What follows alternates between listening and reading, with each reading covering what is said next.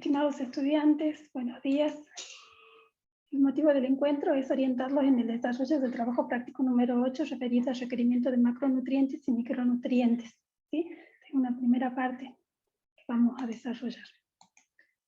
¿Cuáles son los objetivos que nos planteamos para este trabajo práctico? Que los estudiantes reconozcan las recomendaciones nutricionales de macronutrientes y micronutrientes y analicen el menú consumido en relación a las recomendaciones nutricionales. ¿Cuáles son los materiales que necesitamos para desarrollar este trabajo práctico? Vamos a utilizar una serie de tablas. Tabla de composición química promedio de alimentos de consumo frecuente, la tabla de composición de alimentos de Centroamérica, del INCAT 2007, tablas que me hablan del contenido de fibra cada 100 gramos de alimento, del contenido de ácidos grasos y colesterol por 100 gramos de alimento, y una tabla que nos oriente en relación a los pesos y a las equivalencias. ¿Cuáles son las consignas planteadas? Lo primero que debemos hacer es elegir un día y registrar la alimentación consumida.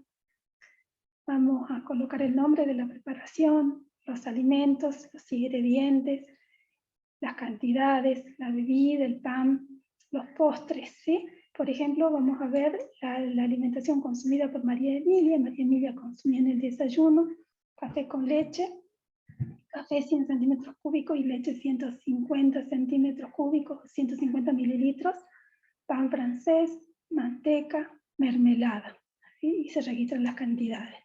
De la misma forma el almuerzo, y tenemos que registrar las meriendas, las colaciones, la cena. Depende de los alimentos que haya consumido, ¿sí? Cada uno de ustedes. Luego de haber realizado el listado de los alimentos consumidos, debemos identificar aquellos alimentos considerados fuentes. Ahí tenemos que recordar lo que se desarrolló en la materia de alimentos. ¿Qué es un alimento fuente y por qué puedo considerar un alimento fuente tal o cual alimento? Luego vamos a elaborar un cuadro detallando los alimentos consumidos y vamos a realizar el cálculo del aporte de macronutrientes de esa alimentación consumida.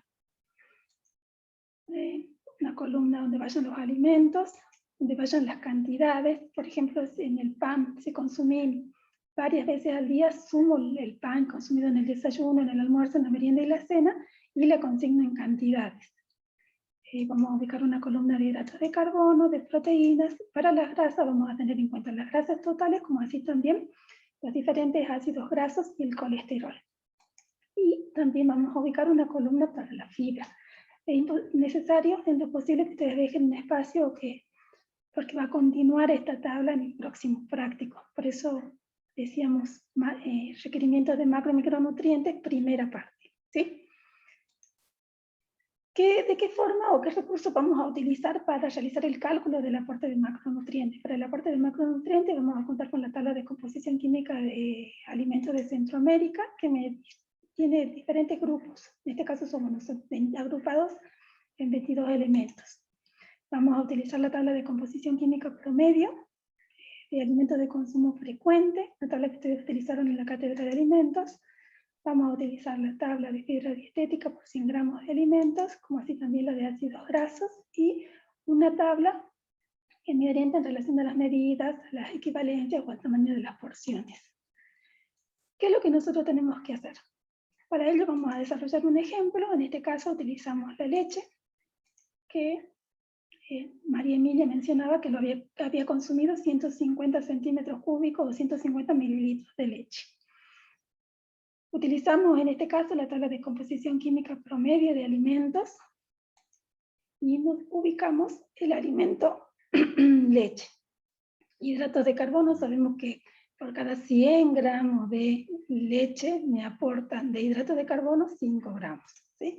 Hacemos una regla de 3 simple. De 100 centímetros cúbicos de leche me aportan 5 gramos de hidratos de carbono. Los 150 centímetros cúbicos que consumí, o la cantidad que ustedes hayan consumido, X, ¿sí? Relacionamos 150 centímetros cúbicos por 5 gramos dividido 100 y obtenemos que los 150 centímetros cúbicos de leche me aportan 7,5 gramos de hidratos de carbono. De la misma forma procedemos para proteínas. Sabemos que 100 gramos de leche me aportan 3 gramos de proteína hacemos la regla de 3 simple y completamos el cuadro. De igual forma para las grasas. En este caso va a ir en la columna de grasas totales. ¿Cómo hago para completar las sucesivas columnas del cuadro? Para ello yo debería recurrir a la tabla de composición promedio de ácidos grasos y colesterol. Por cada 100 gramos de alimento ubico leche entera. En este caso, en las grasas coincide la cantidad que me habla la tabla de composición química promedio con esta segunda tabla, o denominada tabla número 5 que le estamos presentando. En algunos casos donde no coincide la cantidad, utilizamos esta tabla, porque acá lo que tienen que tener en cuenta es que el contenido de saturada, monoinsaturada y poliinsaturada me da la sumatoria de grasas totales. Y por ejemplo, en la carne vacuna no coincide. En esta tabla aparece 7 gramos por cada 100, y en la tabla de composición química promedio, si es que recuerdo bien, me hablaba de 10 gramos cada 100 gramos de alimento, ¿sí? Volviendo al ejemplo de la leche. Nosotros vimos que la leche entera coincide en las grasas totales, que cada 100 gramos de leche entera me aporta 4,5 gramos de grasas. Ahora vamos a relacionar el aporte de ácidos grasos saturados. Hacemos la misma regla de 3 simple, viendo que cada 100 centímetros cúbicos de leche me aportan 1,7 gramos de ácidos grasos saturados. Estos 150 centímetros cúbicos de leche, ¿cuántos de ácidos grasos saturados me aporta? En este caso obtuvimos que me aporta 2,55 gramos de ácidos grasos saturados, y de la misma forma vamos a completar las columnas que continúan, ¿sí? Y así con cada uno de los alimentos. En la siguiente tabla lo que ustedes pueden observar es una tabla que obviamente tiene cierta cantidad de alimentos. Esta tabla continúa, solamente sacamos un extracto. Y lo que debemos hacer, o la idea es que una vez que consignemos todos los alimentos, las cantidades, y conozcamos el aporte de cada uno de los alimentos en relación a los macronutrientes, hagamos una sumatoria de las columnas para obtener los gramos totales de hidratos de carbono, de proteína y de grasa, para que podamos elaborar la fórmula calórica de la alimentación consumida. Para elaborar la fórmula calórica nosotros tenemos que tener en cuenta que tenemos que tener los gramos de los macronutrientes, las calorías que me aportan esos macronutrientes y qué porcentaje corresponden cada uno de estos macronutrientes al valor calórico total, ¿sí? ¿Qué quiero decir con esto? En este caso nosotros podemos observar que en la sumatoria de hidratos de carbono la vamos a consignar en la columna de gramos, ¿sí? Tenemos que recordar lo visto en las primeras clases donde hablábamos del factor de Atwater, donde me dice que cada gramo de hidrato de carbono le aporta al organismo 4 calorías, ¿sí? Partiendo desde este concepto, hacemos la regla de 3 simple, donde colocamos que un gramo de hidrato de carbono le aportan 4 calorías, ¿sí? Los 286 gramos de hidratos de carbono que me aportaron o que consumí con la alimentación, ¿qué cantidad de calorías le aportó al organismo? En este caso, obtuve que esta cantidad de hidratos de carbono me aportan 1150 calorías, y eso lo voy a ubicar en la segunda columna. De la misma forma, relaciono la cantidad de proteínas consumidas durante el día con el factor de Atwater, que cada gramo de proteína me aporta al combustionarse 4 calorías. Y obtengo que la cantidad de calorías aportadas con la alimentación consumida es de 460 calorías, y también relaciono el aporte de grasas, considerando o recordando que cada gramo de grasa al combustionarse proporciona al organismo 9 calorías, ¿sí? De esa forma obtengo 690 calorías que la consigno en la segunda columna. Hago la sumatoria de la columna de calorías porque lo que necesito obtener es el valor calórico total. O sea, recordemos esto, que los macronutrientes son los únicos que me aportan energía, y la sumatoria de las calorías que me aportan los hidratos de carbono, las proteínas y las grasas es lo que me va a dar el valor calórico total de la alimentación consumida, ¿sí? Ubico ese valor de la sumatoria de la segunda columna en valor calórico total. Pero lo que tenemos que hacer es completar la columna de porcentajes, ¿sí? Entonces, ¿qué cantidad, o sea, de qué forma contribuye el hidrato de carbono, la proteína y la grasa, en qué porcentajes a ese 100% que serían las 2.300 calorías? Para ello voy a utilizar también una regla de 3 simple, donde voy a relacionar el valor calórico total y las calorías de cada macronutriente. En este caso mi 100% sería 2.300 calorías y los hidratos de carbono habíamos visto que me aportaban 1.150 calorías. ¿Qué porcentaje se le atribuiría a los hidratos de carbono? Entonces lo que debo hacer es multiplicar 1.150 calorías aportadas por los hidratos de carbono por el 100% dividido el total de calorías, que es 2.300. Y ahí obtengo que el aporte que realizan los hidratos de carbono al valor calórico total es con un 50%. ¿Sí? Y de la misma forma debo hacer para proteínas y para grasas. ¿Sí? ¿Qué es lo que tenemos que hacer después?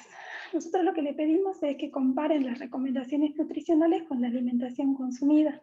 Para ello le proponemos el siguiente cuadro, ¿sí? Donde en una columna están las recomendaciones y en la otra columna está la alimentación consumida.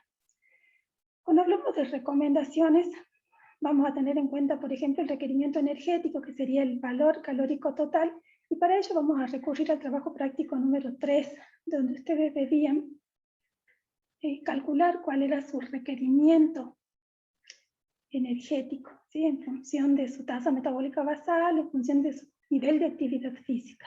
¿Sí? Ustedes lo tenían que hacer con el método factorial y luego hacerlo con el método rápido. ¿Sí? Vamos a utilizar ese recurso para conocer cuál es su requerimiento energético. Acá vamos a hacer una salvedad, ¿sí? Recuerden que nosotros primero hacíamos la valoración del estado nutricional por IMC. Para determinar el requerimiento energético siempre tenemos que trabajar con un peso saludable, ¿sí? En aquellas personas que en la valoración nutricional nos haya dado un IMC sobrepeso u otro valor que sea diferente al normal, lo que vamos a intentar hacer es trabajar con un peso que sea dentro del rango normal. En definitiva, lo que vamos a utilizar acá para calcular o para considerar el requerimiento energético sería el resultado obtenido en el trabajo práctico número 3. ¿Sí? Y acá vamos a ubicar en este caso las 2.300 calorías, por ejemplo, que consumía María Emilia. ¿Sí? Acá ya podemos ver una diferencia. ¿Cuál era el requerimiento energético en función a la edad, del sexo y al peso del paciente? Es diferente al que ella había consumido o el que ella consumió.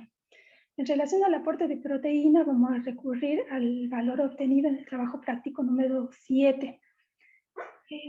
En este caso, acá se consignó 61,2 gramos, que si lo expreso en gramos de proteína por cada kilo por día, correspondería a 0,97 gramos. ¿Sí?